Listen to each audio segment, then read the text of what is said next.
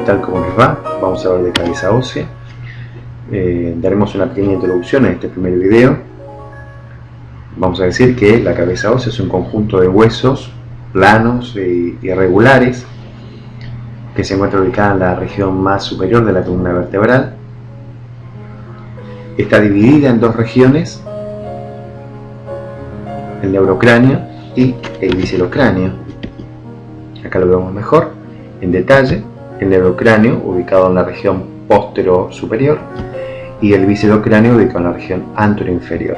Esta división está dada por una línea imaginaria, lo vemos allí, ¿sí?, llamada línea esfenoidal o línea de Virchow. Estudiaremos primeramente lo que es el neurocráneo, un conjunto de huesos planos, 8 huesos en total, de los cuales 4 son impares: el frontal, el occipital, el esfenoidal y el hueso etmoidal, y 2 son pares, el hueso parietal y el hueso temporal. Ahí reconocemos adelante el hueso frontal, por detrás el hueso occipital, formando parte de la base de cráneo el hueso esfenoidal, y delante de este y por debajo del frontal vamos a encontrar el hueso etmoidal. Los huesos pares, tenemos ahí el hueso parietal y el hueso temporal.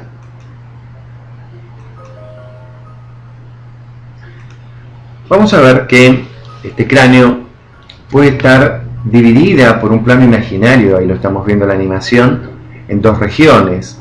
Lo que queda por arriba de la línea es la calota o tapa de los sesos, lo que queda por debajo es la base de cráneo.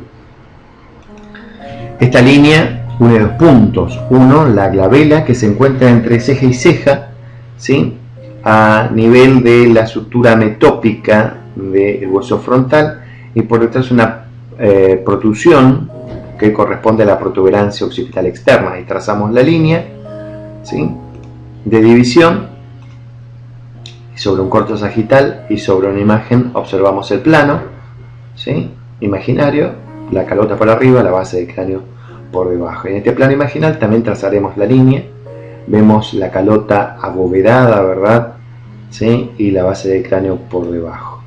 En esta primera parte lo que estudiamos es la calota, lo vemos acá en esta vista superior, que está formada por 4 huesos. De adelante hacia atrás tenemos primero el frontal, articulándose hacia atrás con el hueso parietal, ¿sí?, a través de una sutura llamada sutura frontoparietal. Es una sutura dentada de tipo sinartrosis, sinostosis en el cráneo adulto, sobre todo mayor de 40 años. En cráneos jóvenes se habla de una sincondrosis. Igual ambos son del tipo de las sinartrosis sin movimiento. El parietal también se articula con su par opuesto, ¿sí?, a través de una articulación biparietal o interparietal. Por detrás se pueden describir, ahí circunscritos en rojo, unos agujeros parietales que contienen unas venas emisarias de Santorini. Finalmente, en la parte más posterior, el hueso occipital, articulándose con el parietal a través también de una sutura dentada, sutura parieto-occipital o lámbrica, ¿sí? Ven ahí unos puntos articulares aquí, llamada bregma, y esta posterior llamada lambda. ¿Sí? Más adelante explicaremos un poquito más en qué consisten estos puntos de unión o puntos articulares. Internamente, la endocalota vemos que es cóncava, presenta muchas irregularidades, depresiones, ¿sí? Si vemos en la parte, en una imagen magnificada, vemos primero la histoarquitectura. Vemos que tiene hacia afuera una tabla externa de tejido compacto, ¿sí? En la parte media, tejido esponjoso llamado diploe, e internamente una nueva tabla interna mucho más fina, mucho más delgada, ¿sí?, cubriendo la parte interna. Luego, si vamos de adelante hacia atrás en un eje anteroposterior, vamos a reconocer una cresta frontal interna donde se inserta La dura madre, una de las túnicas de las meninges que protegen, envuelven al cerebro. Por detrás de esta, un surco o canal que aloja a un seno venoso, el seno longitudinal superior. Hacia los lados unas depresiones ahí circunscritas en amarillo, no todas, ¿sí? Corresponden a los corpúsculos de Paccioni. Estos corpúsculos de Paccioni, estas depresiones son dejadas por unas vellosidades vasculares llamadas vellosidades aracnoideas, ¿sí? Que dejan sus huellitas estos corpúsculos.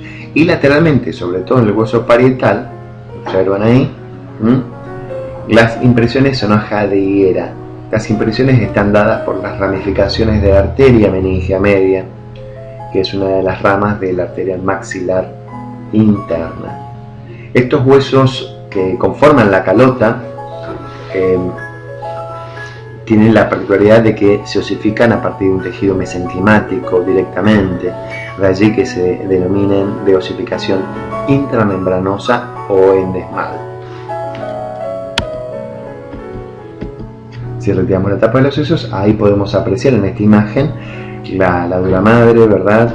Ahí vamos a pintar un poquito algunas vellosidades aracnoideas, allí, que son las que dejan los corpúsculos de Paccioni. A lo largo del eje anteroposterior vemos el seno longitudinal superior y cómo desembocan estas vellosidades sobre el seno longitudinal. La dura madre, y si magnificamos un poquito, vemos ahí la arteria meningea media con sus ramificaciones que dejan las impresiones en hoja de higuera.